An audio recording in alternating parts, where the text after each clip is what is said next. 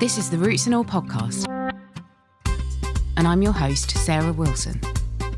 Join me as I talk about all aspects of gardening with some of the top horticulturists from around the world. Hello and welcome to this week's episode, where my guest is Belgian nurseryman Karel Goossens. Karel runs an internationally renowned nursery supplying box plants and is the chairman of the Belgian arm of the European Boxwood and Topiary Society. With decades of experience growing box, and an irreverent approach to tackling the problems that go along with it, when he was recommended to me, I thought he was my ideal sort of guest. He does recommend intensive cultivation methods, which include spraying chemical fungicides and insecticides, so this episode is not for everyone. However, I do acknowledge that many historic gardens are built around a backbone of box, and that many listeners are professional gardeners who deal with box and its attendant blights.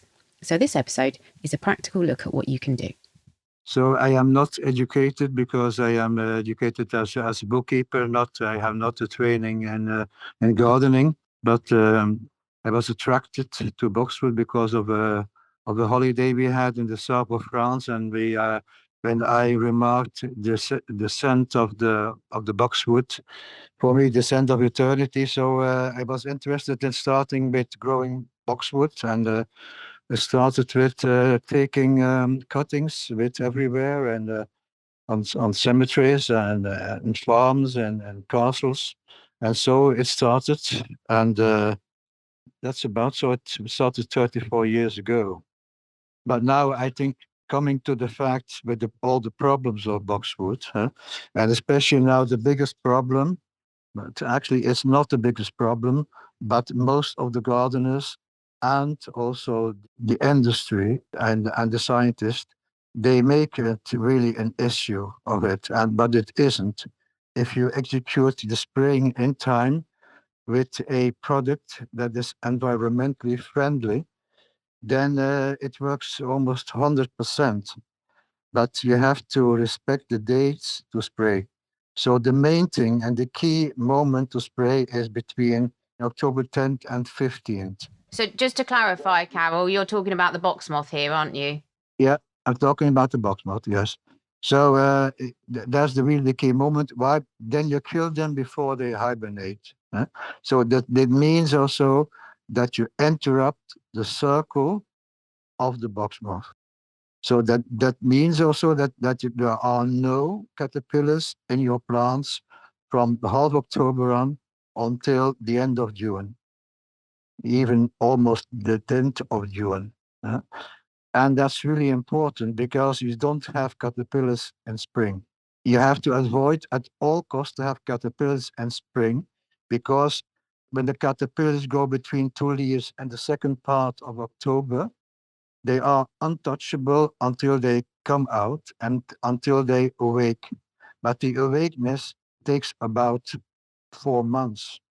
So if you spray, for example, the beginning of April, there are still a lot of caterpillars between the leaves. So you have to repeat that and repeat it and repeat it. So, and most of the people are not prepared to spray as much as you needed to do then. So avoid it when you have no caterpillars in your plants, then there is no need to spray. So if you spray in October between the 10th and the 15th and not one day later, very important, then you are free of the caterpillars in spring, and the first spray is then around mid-July or 5 days earlier. The second spray is around August 20th, then September 15th, and then October 10th, 15th again. So this gives, let's say, a 100% result. No damage at all. You don't need a moth trap. Is a waste of money. You don't need it. You can only need it when the box moth has not arrived in the region yet. Then you can say, I can use it to see that the box moth is present. But otherwise, you don't need it. It will not help you in the battle against the box moths. If you, for example, in the garden put 100 box traps, it will not help you. They will eat all the boxwood that are standing there. So this is not efficient. Efficient is spraying on the right dates You can spray with any insecticide, but I prefer to use Bacillus thuringiensis because the Bacillus thuringiensis is environmentally friendly. If you can buy it as a professional, it is very cheap and it is also very effective. You only have to spray the outside of the plant because the caterpillars come to eat at the outside of the plant. You don't have to really to spray in the inside of the plant. This is not necessary. So it works very well. The only problem you can have with this that it's raining within 6 hours after spraying. So you have to avoid that. That's the most important thing. So if you follow the dates, of course you must have the discipline to follow them, then the box moth is not an issue at all. But of course, it's very strange that I am apparently the only one who says so. But you may believe me, it works very well. So this is my advice that I can give to the English gardeners who would like to keep their boxwood in their garden. And you're obviously in Belgium. Do those dates vary much from Belgium to, say, where we are in the south of England or where I am? I know that it's not that far away. Yeah? I think it's about 1,000 kilometers away. But this is, of course, I'm not sure about that. But I'm very sure that in the region of London, the south of England, even to the middle of England, that my days will work. Huh? But the fact is, anyhow, where it is in the world, the key moment is you must spray just before they hibernate.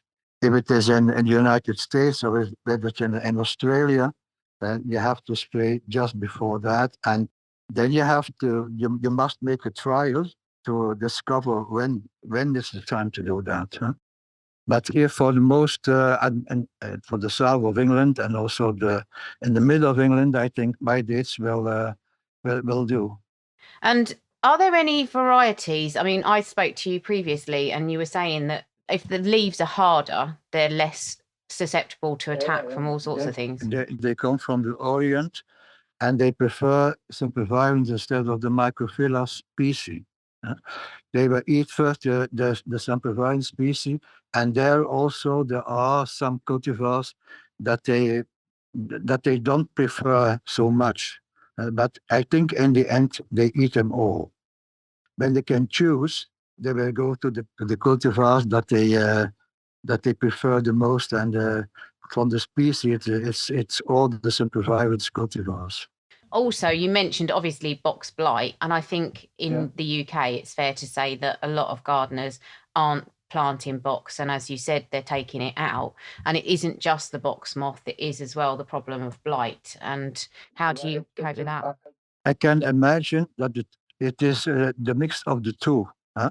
They have already the problems with the blight, and then there is the moth, problem with the moth above. Thus, people decide to get rid of them. Huh? But here in Belgium, people take them out and throw them away because of the moth, not because of the fungus. But the fungus is more difficult to deal with. You have to fight against it every year again. And but of course, you can do a lot of things to avoid that the plants are weaker. For example, you can trim very heavily so that the air can come in, so that the plant can dry up much quicker. That is one thing that you can do. Also, avoid nitrogen, so that they don't grow too well, because that makes them all weaker to start the disease. What we also do here in Belgium is also a organic way of spraying with Unizan. Early in the morning when the stomachs are open, we go directly into the leaf of the plant, and the leaf becomes thicker. And because it's thicker, it's more difficult for the fungus to penetrate. Otherwise, the difference between cultivars who are more or less sensible for the fungus depends on the hardiness of the leaf. So a hard leaf is more resistant for blight than the softer leaves. For example, the new growth, for example, is also 7 or 8 degrees lower, vulnerable for the disease than already an adult leaf. But to spray with it, I think the most easiest way is still spraying with a chemical. The chemical is a triazole, the under commercial name acetabulconazole, tetraconazole, deficonazole. This is a systemic fungicide. But of course, if you would to avoid that, you can, the best thing, according to me, is whey. So whey is the liquid that remains after the production of cheese. And you can applicate it with really a great success. You can also add copper to it. Copper helps also until a certain height. And sometimes it's difficult to find where you have a farmer where they make cheese. But up to me, I also had a nurseryman who had also the production of bare-rooted boxwood plants. And since he used the whey, he never got the disease. So it worked even better than the chemicals. But the difficulty with the whey is that you really have to enter into the plants because it is a contact fungicide. So very important that you do this really very thoroughly.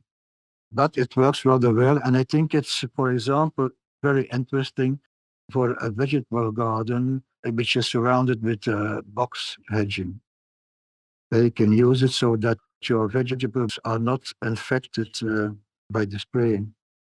That's amazing. Do you have any idea why that works? It's extremely acid, and there are also good bacteria in it. I think it's a bit the acidity and also the bacteria who are in it. You can compare it also with vinegar. Vinegar is also acid, and some people are also using this, but the whey is much more performant than vinegar, for example.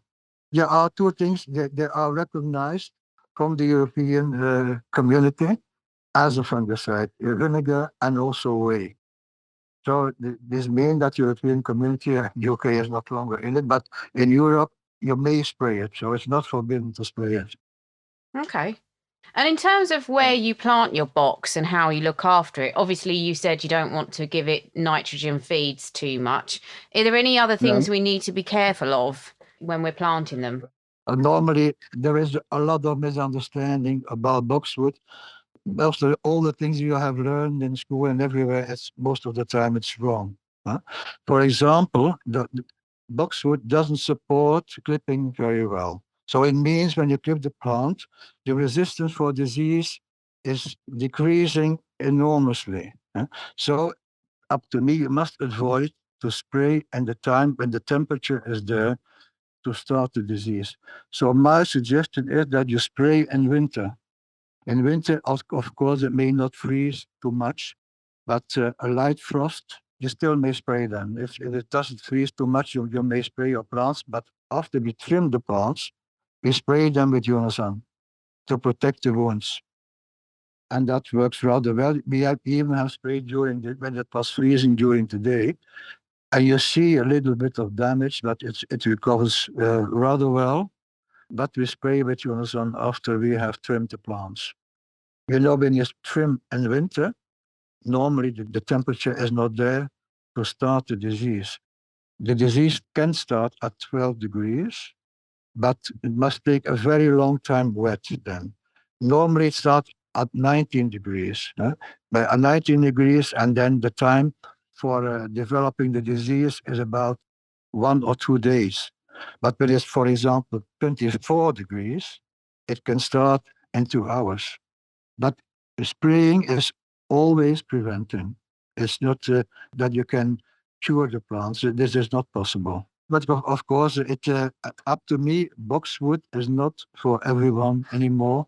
Only for those who really want to keep them, who love them, and who would like to continue with the plants and make the effort to take all the care of it. But anyhow, when the garden people think that you take other plants that remain green during winter, there also are disease in it, and they will also, when you use more, they will also more present. So it will always be something. But it depends, of course, how much that you like boxwood or not. Is there a substitute for it or not? According to me, it's not.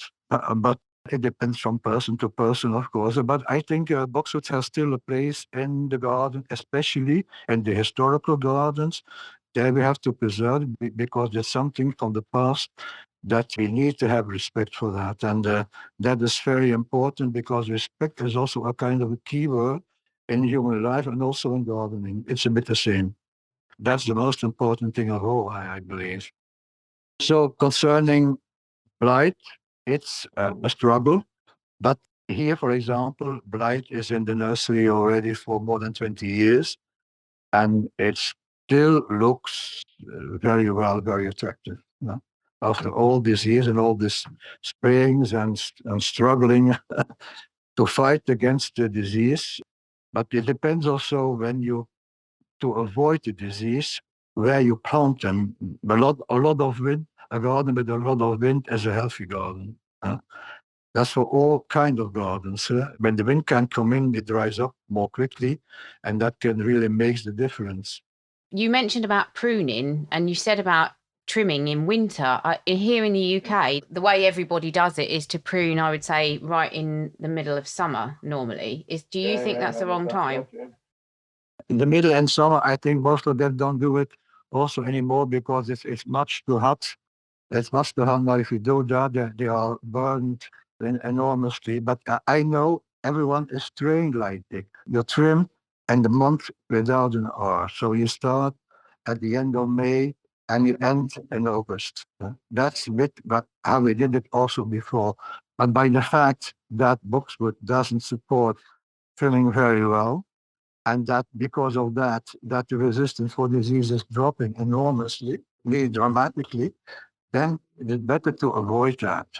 But what I am telling here, I know that is against the rules they have teach the pupil in school and so on, but it's wrong. For example, what is also wrong about the pH of the plant. There's also a real big misunderstanding. The pH for a boxwood plant and a sandy soil is between 5.3 and 5.8. If it's higher than that, it's impossible for the plant, for example, to take up phosphor and manganese, for example, which is a very important trace element. These are all things that the people are not aware of yet. Even the nurseries are not aware of this too. So I think what we also have done, for example, using the English boxwood, the common simple variants, if you plant these plants as a bare-rooted plant, after 10 or 12 years, the hedge is falling open because the branches are not strong enough. Actually, we should have done this, not planting them as a bare-rooted plant, but as a root ball plant of, let's say, 8 years old with stronger branches. This is also very important. We could have also used other cultivars who are more stronger branches. This was also a possibility, but this hasn't happened because of the fact of gaining money. The garden architects and designers, they would have access to a lot of plants so that they could do a lot of things and the same cultivars. And that's why they started with the plants that were most available. And it started like that, but it wasn't always the best solution. I have in my garden, for example, also plants that were never so open. But when they are like that, then they are more vulnerable to start a disease because the top of the hedges remain longer wet because it's very, very, very hot. You can sit on it without falling open. There is really a lot of things to know about boxwood and to make the right choice. You obviously have an incredibly successful nursery with beautiful plants. And I wonder why there is such a lot of misinformation. Is it just because people have products to sell, do you think? Not only that, but for example, I had contact with a woman, she lives in London, I think, and she said to me the product that she used for Blight, for example, and I looked at it, and they were the right products, but it was diluted 100 times. 100 times for the same money. So can you imagine what this is if you would have an income of 100 times more? This is really crazy. So they can make a lot of money out of it. The industry behind it, they make the decisions, and the people behind are not aware of that. Yeah, for me, it's very strange that I am apparently the only one concerning the box moth, how to do it. So that's very strange. And most of the people also think, for the public, it's difficult to accept that one person is telling the truth. They think that the whole sector knows it, but it's not the case. It's not the case. And if people did want to find out more or follow you, where could they go? And I think the best thing to go is on Instagram. I will put on Instagram the dates. It's already mentioned there on Instagram. But next year, I will start also just a few days before when to spray. When to spray and with what to spray and explaining against why. Of course, there is a lot of things to say. People can also send me a message by Instagram or by Facebook or Messenger. That's the same for me. But I think there's a lot of things to do because there is a lot of misunderstanding on the whole issue of boxwood. Thank you very much to Karel for sharing his knowledge, to my client and good friend Dr. Dakin for recommending Karel as a guest, and to you for listening. This week I chatted to podcaster Sally Flatman about my favourite clip from one of this year's episodes, which is included in her episode of Our Plant Stories that airs on the 15th of December, so please check that out. Now, here's Dr. Ian Bedford with his bug of the week, and of course, I couldn't resist getting his take on things. The trade in plants and produce over recent years has become quicker and easier between countries throughout the world, but unfortunately, it's increased the potential for introducing foreign plant pests to new locations. These invasive species usually arrive without any of the predators and parasites that naturally keep their populations under control within their countries of origin. So without these natural enemies, the invaders have the freedom to rapidly increase their numbers and disperse within their newfound homeland. And this has been the case in Britain, with species such as the red lily beetle, harlequin ladybirds, western flower thrips, and more recently, the horse chestnut leaf miners and the Spanish slug.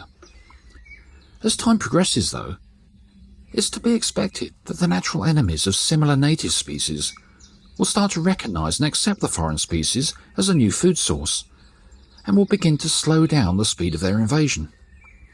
But one thing's for certain, that whilst the global exchange of plant material continues, the appearance of foreign plant pests will have to be expected. Currently, there's one new invader that's not only causing concern for Britain's topiarists, but could sadly change the appearance of the country's many historic formal gardens. This is the box tree moth, a native to East Asia that was first discovered in Britain infesting box balls in a private garden near London in 2011. But within 3 years, quickly spread and became established across the capital city and into the surrounding areas. This medium-sized moth, recognisable by its white wings with an iridescent brown border, is still continuing to spread and has now been recorded throughout much of England, Wales and more recently Ireland. Box tree moths lay their eggs exclusively on box plants, and as their caterpillars feed, they cause severe defoliation, dieback, and cover the plants in white webbing, within which they spin cocoons and pupate. Although their biology is not yet fully understood, it is thought that up to 3 generations can occur each year, and that through the winter months, the box tree moth survives as small caterpillars hidden and protected within the webbing. As yet, it's unclear as to how the box tree moth can be effectively controlled in Britain, but recent sightings of blue tits searching box trees for the caterpillars could be a sign that, as usual, nature will eventually come up with the answer. You can download or listen to the podcast direct from the website rootsandall.co.uk. Please also check out my Patreon, where you can make a one-off donation or take out a monthly subscription to help support the podcast. Because if you enjoy the show, please help it continue. I also have a GoFundMe where you can make a one-off donation. Even a one-off donation of £1 helps, and I'll be really grateful for your support. So please go to Patreon or GoFundMe and search for Roots and All podcast.